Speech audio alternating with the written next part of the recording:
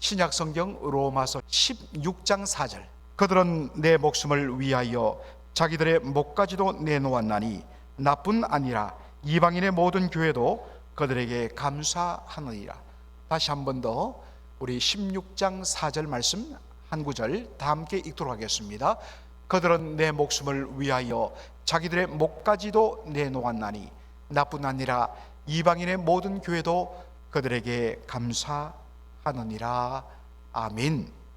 제가 우리 구역장님들을 통하여서 우리 성도들에게 그렇게 카톡으로 공지를 해달라고 부탁을 드렸습니다. 여러분 다 받으셨죠? 우리 송영재 선교사님께서 오늘 이 토요 새벽 기도에 말씀을 전하러 오시게 되었습니다. 송영재 선교사님이 오늘 로마서 16장 4절을 본문으로 감사의 파워라는 제목으로 말씀을 전해 주시겠습니다. 여러분 우리 선교사님 나오실 때 뜨겁게 박수로 여러분 영접해 주시면 감사하겠습니다. 목사님 어서 오십시오. 감사합니다. 제 이름은 송영재라고 합니다. 맥클린 장로교회는 제가 처음인 것 같습니다. 초대해 주셔서 감사하고, 또 오늘 아침에 사도 바울의 그 감사라는 그런 내용으로 잠깐 말씀을 보도록 하겠습니다. 로마서를 보면 사도 바울이 감사에 대한 말을 여러 번 반복해서 하고 있어요. 총 7번을 얘기합니다. 그러니까 로마서는 감사의 서신이다라고 그렇게 불러도 좋을 만한 그런 편지입니다. 우리가 보통 로마서 생각하면 굉장히 딱딱하고 교리적인 그런 편지라고 이렇게 생각을 많이 하지만 사실은 감사의 서신입니다. 이 감사의 목록을 잠깐 보겠습니다. 여러분 우리가 어떤 사람을 판단할 때 그 사람의 믿음과 그 사람의 인격과 그 사람의 인생관을 우리가 판단할 때 사실 많이 볼 필요가 없습니다. 제일 간단한 방법이 뭐냐면 그 사람이 무엇에 감사하는지를 보면 돼요. 그러니까 감사의 목록을 보면 사실 그 사람의 신앙과 또 인생관이 거기에 다 들어있다고 볼 수 있습니다. 그래서 이 사도 바울을 보면 사도 바울이 어떤 사람인지를 보려면 사도 바울이 무엇에 감사하고 있는지를 보면 안다는 말이죠. 로마서에 감사 얘기가 많이 나오는데 간단하게 한번 우리가 목록을 보면 1장 8절에 보면 믿음에 대해서 감사하고 있어요. 믿음에 대해서 감사한다. 1장 21절에 보면 하나님을 아는 것에 감사한다. 6장 17절에 보면 의의 종이 되어서 감사한다. 죄의 종이 아니고 이제 의의 종이 되었다. 7장 25절에 보면 예수님 때문에 감사한다. 7장 25절. 14장 6절에 보면 주를 위해서 먹어도 감사하고 안 먹어도 감사하다. 그 당시에 이렇게 음식 문제 가지고 교회 안에서 이런 다툼이 일어났는데 먹는 사람은 먹을 주를 위해서 먹고 안 먹는 사람은 또 주를 위해서 안 먹을 자유가 있다. 그래서 먹어도 감사, 안 먹어도 감사. 15장 9절에 보면 열방 중에 감사한다. 이 선교에 대한 감사죠. 그 다음에 오늘 읽은 16장 4절 말씀은 자기 목숨을 위해서 자기들의 목까지도 내놓은 그 성도들을 생각하면서 감사했습니다. 자, 이걸 쭉 보면 사도 바울이 무슨 생각을 하고 있는지, 또 이 사도 바울이 이 인생을 어떻게 보고 있는지, 세상을 어떻게 보고 있는지 여기에 한눈에 확 다 들어옵니다. 감사의 목록. 여러분들은 어떤 목록을 가지고 있습니까? 만약에 오늘 이 아침에 감사의 제목을 한번 적어 보십시오 한다면 여러분들은 거기에 7가지만 적으십시오. 그랬을 때 거기에 어떤 내용이 나올지 한번 우리가 생각해 봐야 합니다. 왜냐하면 그것이 내 신앙의 본질이고 또 내 삶의 본질이에요.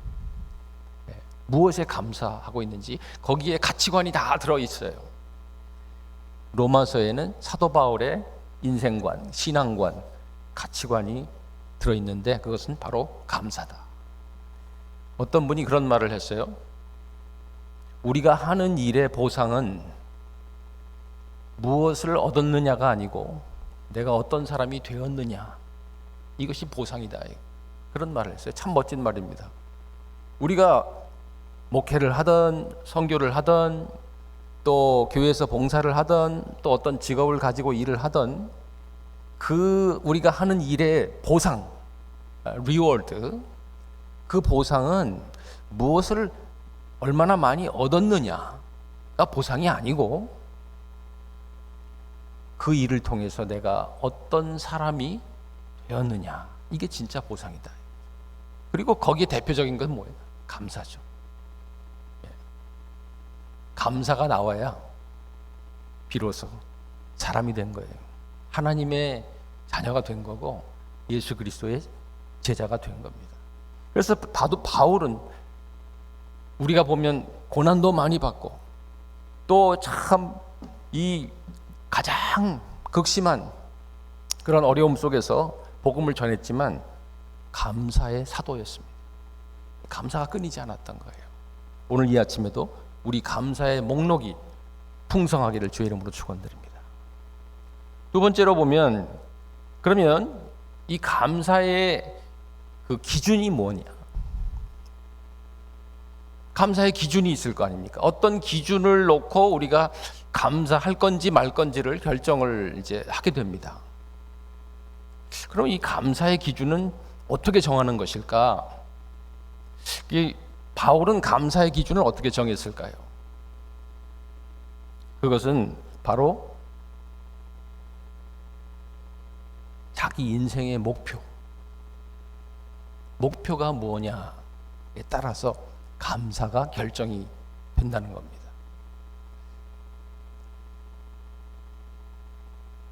인생이 제일 중요한 질문이 뭡니까, 여러분? 우리가 살면서 제일 중요한 질문은 why? 이 왜라는 질문. 왜 태어났는가? 그죠? 그래서 이 마크 트웨인이라고 하는 그 작가가, 여러분 유명한 작가잖아요. 마크 트웨인. 그 탐 소이어의 모험이라는 그런 그 유명한 작품을 썼던 이 마크 트웨인이 그런 말을 했어요. 우리에게 가장 중요한 두 날이 있다. 가장 중요한 두 날이 있는데 첫 번째 날은 태어난 날이고, 우리 모두 태어난 날, 버스데이 아닙니까? 해피 버스데이 축하하잖아요. 굉장히 중요한 날이죠. 이 세상에 태어났으니까. 두 번째 중요한 날은 그 이유를 발견하는 날이다. 참 멋진 말이에요.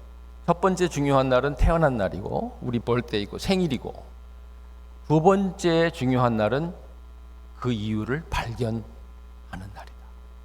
왜 태어났는지를 발견하는 거예요. 그건 뭐예요?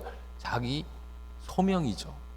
하나님이 왜 나를 이 세상에 오게 하셨는지, 그리고 이 세상에서 내가 해야 될 일이 뭔지를 발견하는 날, 중요한 날입니다. 이거에 의해서 감사가 결정이 된다는 거죠. 자기가 내가 이 세상에서 꼭 하고 가야 될 일이 뭔지를 발견한다는 것은 너무나 중요한 일입니다. 이걸 우리가 보통 소명이라고 얘기를 하는데, 그 소명은 좀 너무 거창한 말이고, 쉽게 말하면 내가 세상에서 이제 죽기 전에, 하늘나라 가기 전에 이 땅에서 반드시 꼭 하고 가야 될 일이 뭔지, 그거 한 가지를 발견하는 것이 대단히 중요한 일입니다. 사도 바울은 그걸 발견한 거예요. 여러분, 로마서는 어떻게 보면 유언적인 서신입니다. 왜냐하면 바울이 로마에서 죽었기 때문에 로마에서 나중에 사형을 당합니다. 이제 로마로 앞으로 가게 됩니다. 사도행전에 나오죠. 사도행전 후반부에 보면 바울이 어떻게 예루살렘에서 유대인들에게 잡혀가지고 재판을 받고, 그리고 거기에서 가이사에게 상소해서 결국은 배를 타고 가다가 또 풍랑을 만나게 되잖아요. 그렇지만 그 풍랑을 만났지만 죽지 않고 살아서 로마까지 가게 돼요.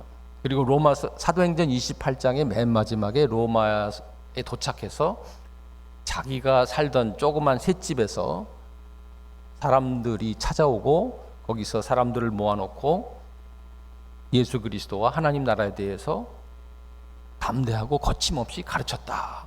이렇게 사도행전 28장에 나온단 말이죠. 결국은 로마에서 죽게 돼요.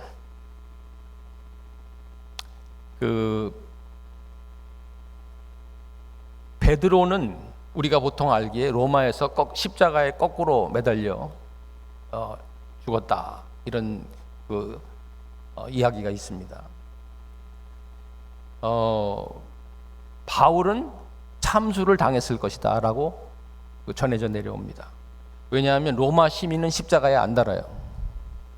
유대인은 십자가에 달지만 로마 시민권을 가지고 있었기 때문에 로마 시민은 십자가에 달지 않고 대신 참수를 합니다.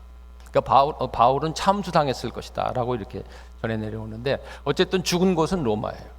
그러면 로마서라는 건 뭐예요? 자기가 앞으로 죽을 곳, 그 도시, 거기에 있는 교회의 성도들에게 쓴 편지이기 때문에 유언적 서신이라고 봐도 돼요. 내가 앞으로 거기서 죽을 것을 생각하면서 썼던 편지입니다. 그건 뭘까요? 결국은 자기 인생의 그 목표가 뭔지를 분명하게 알고 썼다는 거죠. 이 로마서를 쓸 때는 죽음을 생각하고 썼다는 거예요. 여러분, 사람이 죽음을 생각하면서 뭔가를 쓸 때 그건 참 굉장히 진심을 담은 그런 글입니다. 내가 왜 태어났는지, 또 앞으로 내가 어떻게 살 건지, 그리고 마지막으로 내가 죽기 전에, 하나님 앞에 가기 전에 마지막으로 내가 이 세상에서 꼭 해야 될 일이 뭔지를 알고 썼다는 얘기예요. 이게 해결이 되면 그 다음에 감사가 결정이 됩니다. 왜? 그걸 목표로 해서 살기 때문에 감사의 기준이 거기에 맞춰져 있는 거예요. 그리고 그 목표에 점점 다가갈수록 감사가 더 터져 나오게 돼 있는 거죠. 그런데 목표가 분명치 않으면 뭐에 감사해야 될지 알 수가 없어요.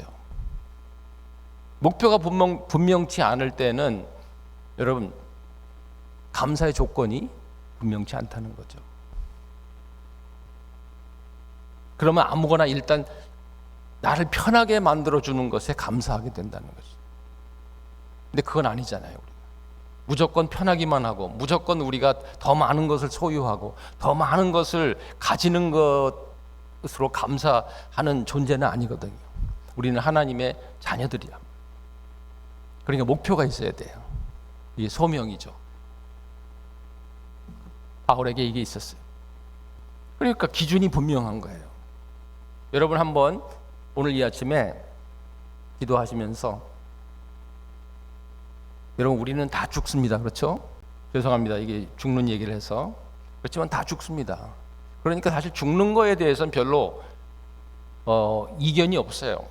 더 중요한 건 뭐냐면 과연 살고 있는가. 죽는 것은 우린 다 죽는데 그건 다 똑같잖아요.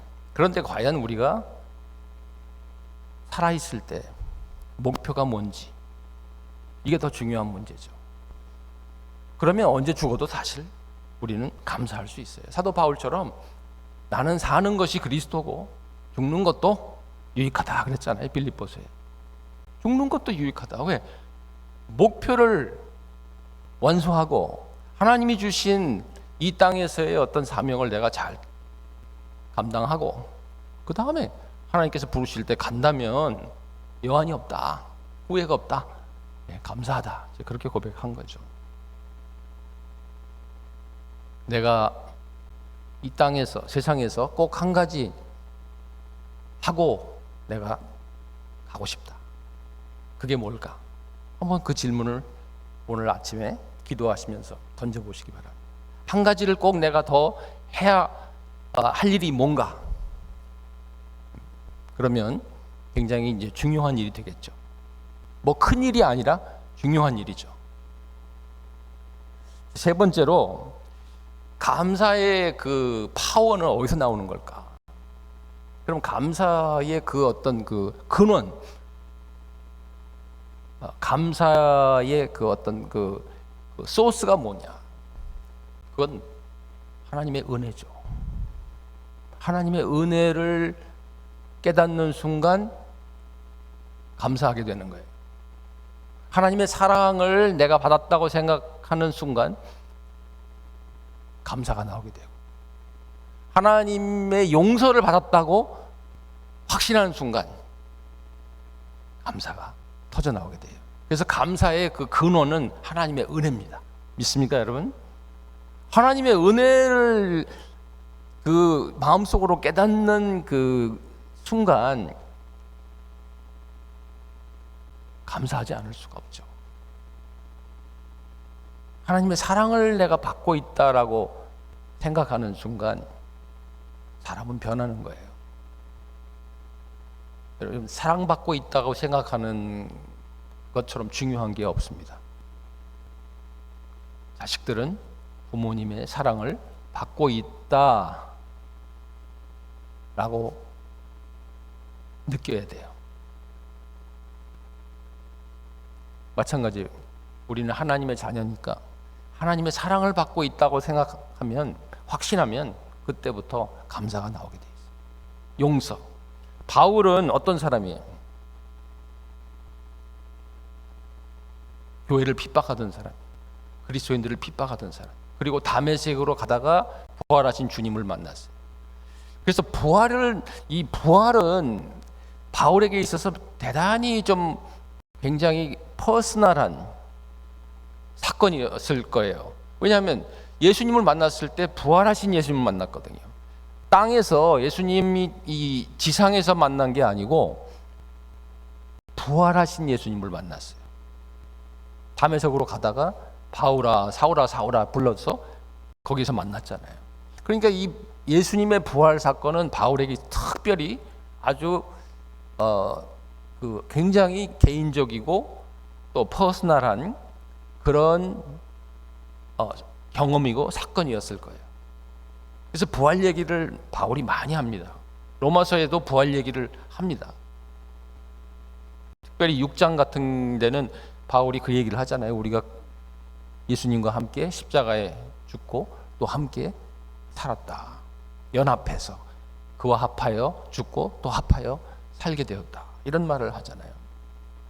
자, 그런데 그 부활이라는 것은 바울에게 있어서 어떤 사건이냐? 이거는 하나님의 용서, 자기를 용서하신 하나님, 또 자기를 받아주신 하나님, 그리고 자기에게 세컨 찬스를 주신 하나님, 그거예요. 세컨 찬스예요.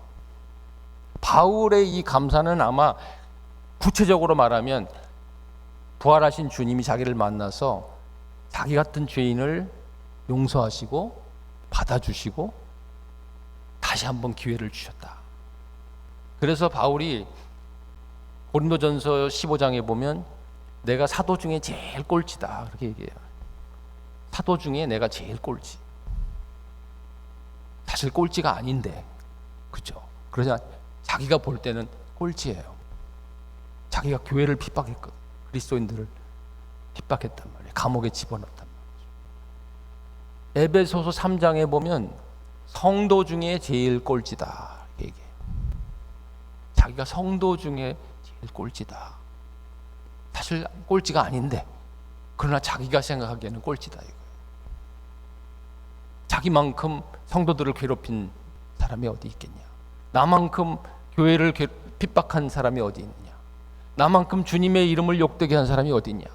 늘 그게 그의 마음속에 있었어요. 그러니까 자기 같은 사람을 부활하신 주님이 만나주시고 세컨 찬스를 주셨으니까 감사함이 넘쳐나오는 거예요. 하나님이 나를 용서했다. 그죠? 그리고 하나님이 나를 사랑하신다. 이 눈물이 나지 않을 수가 없어요. 그리고 마지막에는 디모데전서에 가면 죄인 중에 괴수다 이렇게 얘기해요. 처음엔 사도 중에 꼴찌다. 성도 중에 제일 작다. 나중에는 죄인 중에 괴수다 이거예요. 죄인 중에 내가 최고로 악질이다 그 말이죠. 그런 나를 부활하신 주님께서 만나주시고 용서해 주시고 사도로 세워서 이방인들에 가서 복음을 전하도록 하셨다. 세컨 찬스. 여러분, 우리 인생은 전반전 후반전이 있는 거예요. 이 후반전이 중요합니다. 그리고 하나님이 나한테 다시 한번 기회를 주셨다. 이거는 여러분 어마어마한 사건입니다. 거기에서 이 파워가 나오는 거예요.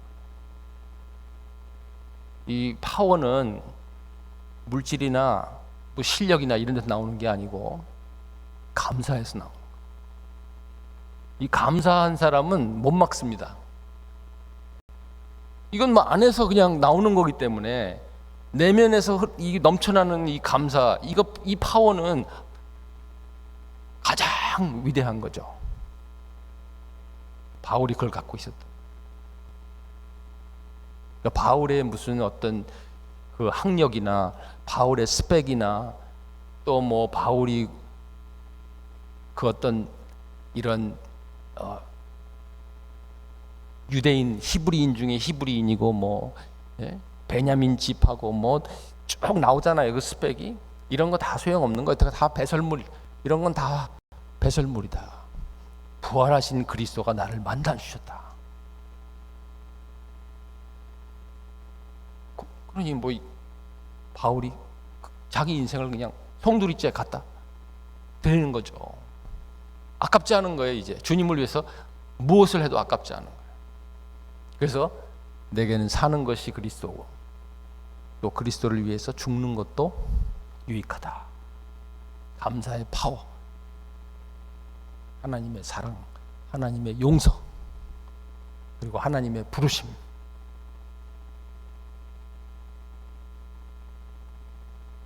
오늘 이 아침에 하나님께서 여러분들을 용서하시고 또 받아주시고 사랑하신다는 확신을 가지시길 주의 이름으로 축원드립니다. 마지막으로 감사의 열매죠. 그 감사의 열매는 뭡니까? 담대함이에요. 담대하고 거침없이 사도행전 28장 31절에 마지막 절이에요. 바울이 자기 셋집에서 그 로마에 이제 끌려갔어요. 죄수로 끌려갔습니다. 사실 로마에 끌려갈 때 가이사에게 상소하지 않았으면 풀려날 수 있었어요. 그 사도행전에 나옵니다. 만약에 바울이 가이사에게 상소하지만 않았다면 풀려날 수 있었다라고 얘기하잖아요. 사도행전에. 그런데 일부러 상소를 한 거예요. 왜? 그건 주님이 주신 자기가 해야 될 일이 하나 있었기 때문에. 그게 뭡니까? 가이사 앞에 가서 복음을 전하는 거예요. 로마 황제 앞에 가서 복음 전하는 게 주님이 자기한테 이제 마지막으로 주신 자기 인생의 마지막 심부름이다 이거예요. 내가 주님을 위해서 해야 되는 마지막 심부름이 하나 있는데 요건 내가 꼭 하고 가야 되는데 그건 뭐냐? 가이사 앞에 서는 거예요. 그러니까 상소 안 해도 되는데 상소 안 했으면 풀려날 뻔했는데 일부러 상소를 해가지고 재판을 받기 위해서 로마까지 간 거잖아요. 그리고 배에서 풍랑을 만나가지고 다 죽을 뻔했는데 거기서 하나님께서 또 나타나셔서 바울에게 확신을 주시잖아요. 안 죽는다. 걱정하지 마. 너는 해야 될 일이 있잖아. 가이사 앞에 가야 되잖아. 그래서 바울이 안심을 시키고 사람들을 안심시켜요. 배에서 걱정하지 마라. 하나님이 어젯밤 나타나셔서 우리 다 안 죽는다. 확신 안심을 시키고 그리고 로마에 가서 죄수로 갇혀 있는 거예요. 조그만 셋집에서 갇혀 있었어요. 거기에 사람들이 이렇게 찾아온 거예요. 그 사람들을 앉혀놓고 가르친 거예요. 죄수가 하나님 나라와 예수 그리스도에 대해서 담대하고 거침없이 가르쳤다. 이 말이 굉장히 제 가슴을 이렇게 때렸어요. 담대하고 거침없이 가르쳤다. 그건 감사의 파워죠. 무서운 거 없는 거죠, 이제. 자기 인생의 목표를 발견한 사람은 그 안에서 어마어마한 파워가 나오기 때문에 담대하게 되고 용감하게 되는 거예요. 여러분, 사랑받는 사람은 용감합니다. 그 사랑의 힘으로 용감해지는 거예요. 용서받은 사람은 용감해지는 거예요. 그래서 이 감사의 열매, 제가 이제 잠깐 제가 하고 있는 이 BTS 신학교를 잠깐 설명을 드리자면, 이 BTS 신학교, 우리 목사님 소개를 잘 해주셨지만 바실레아 Theological Seminary에서 이제 BTS 신학교인데 감사의 열매입니다. 감사의 열매. 왜냐하면 제가 2010년도에 이제 중국으로 갔습니다. 14년 전이죠. 필라델피아에서 임마누엘 교회 목회를 7년 하고, 그 다음에 남가주에 가서 3년 목회를 하고, 그때 제 나이가 50이었어요. 그리고 중국으로 하나님께서 보내셨습니다. 그러다가 중국에서 이제 그 지하교회에 들어가서 신학생들을 가르치다가 2018년도에 붙잡혔어요. 공안한테. 이게 강의하고 있다가 공안들이 쳐들어와 가지고 현장에서 제가 체포를 당했습니다. 그래가지고 끌려갔어요. 끌려가서 조사받고 그 자리에서 즉석으로 재판을 열더라고요. 그 사람들은 오래 끌지 않습니다. 그 종교법이 있기 때문에 그 종교법대로 저는 이제 종교법을 위반한 종교 범죄자예요. 외국인이 중국에 들어와서 중국 사람한테 복음을 전하거나 성경을 가르치거나 하면 이건 종교법에 위반되는 거예요. 그러니까 종교법을 위반했다. 앉혀놓고서 조사를 하고 유치장에 끌려간 거죠. 거기서 조사받고 즉석으로 재판을 열어서 거기서 다 그 기소하고 또 선고까지 받은 거예요. 그리고 바울하고 비슷하게 가택연금을 열흘 정도 제가 당하고, 그리고 추방을 시키더라고요. 그게 이제 2018년도였습니다. 2018년도 여름이었죠. 그리고서 이제 쫓겨났습니다. 그런데 제가 가르치던 학생들이 저한테 연락을 한 거예요. 제가 그때 한국에 있었는데, 목사님, 이제 목사님이 우리 중국에 못 들어오니까 그동안 중국에 와서 목사님 우리랑 같이 살면서 이렇게 하시다가 붙잡혀가지고 강제로 추방을 당해서 이제 못 들어오니까 우리가 나가겠습니다. 자기들이 나오겠다는 거예요. 자기들이 먼저 그렇게 제안을 한 거예요. 우리가 이 지구에 어디든지 가서 목사님 만나겠습니다. 계속 가르쳐 주십시오. 계속 같이 공부하겠습니다. 이렇게 연락이 온 거예요. 그래서 설마 그게 가능할까? 한 번 정도 가능할지 모르겠지만 의리상, 또 중국 사람들도 또 의리가 있으니까 의리상 자기 선생님이었으니까 한 번 정도 나와서 만나고 그 다음엔 이제 못 나오겠지 이렇게 했는데, 처음에 이제 제주도에 한 10명이 나온 거예요. 나와가지고 같이 공부하고 그리고 보냈는데 또 나오는 거예요. 얼마 있다가 한 번으로 끝날 줄 알았는데 또 나오는 거예요. 그리고 또 나오고 또 나오고. 그래서 점점 학생들이 처음에 10명으로 시작했는데 20명, 30명, 40명 이렇게 늘어났습니다. 그 이유는 뭐냐? 고맙다는 거죠. 단순한 거예요. 고맙다는 거예요.